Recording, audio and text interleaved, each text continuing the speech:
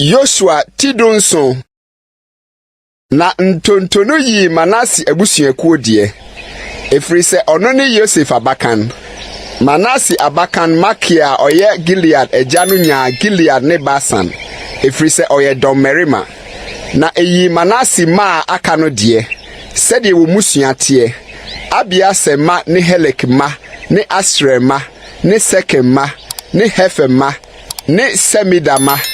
yenum ne Yosef ba Manasseh ma berima sede wo musua te na Manasseh ba Makir ba Gilead ba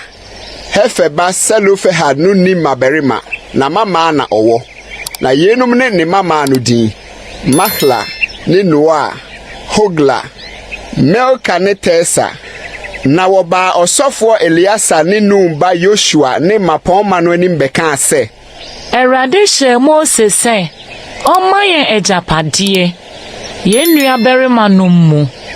na onam Erade anum asem no so ma won ejapade won ajanum nuanom mu na Manasseh nchichemu a onyaa no yedu esno Gilead ne Basan asase e wo Jordan agya no na Manasseh mama no nya ajapade ne maberima no mu na Gilead asase no ye Manasseh mankaye no de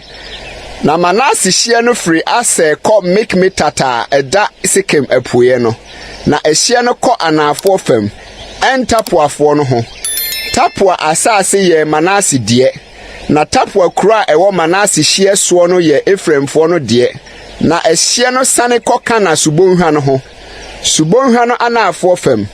eho nkura eye Manasseh nkuro no ye Efraim de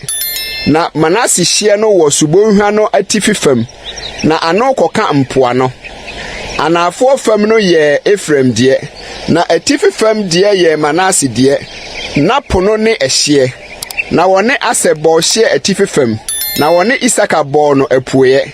na nkura Manasseh nyaa no Isaka ne asentem ne Betsian ne ehunkru ne Yableam ne ehunkru ne wona wote do ne ehunkru ne Endorfo ne ehunkru ne Tanakfo ne ehunkru ne Megidofo ne ehunkru nkukwo miensa so amanto no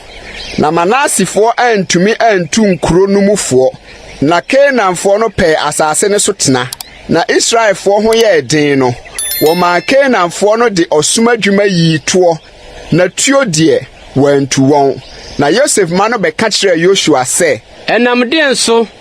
na wo ma megapade ntonto biako ne zuhuma biako na me de me yoman kase efiri se Awurade ahyira me de abeduru sese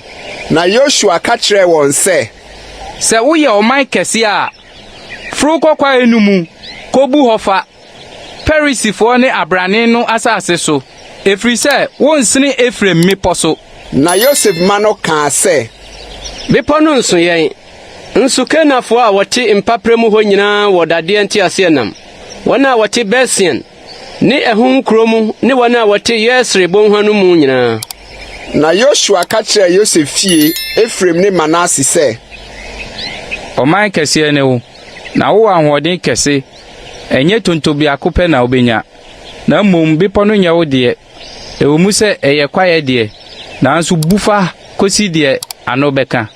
na Kenafo no se wo wodade antiase nam na wo ye ahodenfo mpo a ubetu won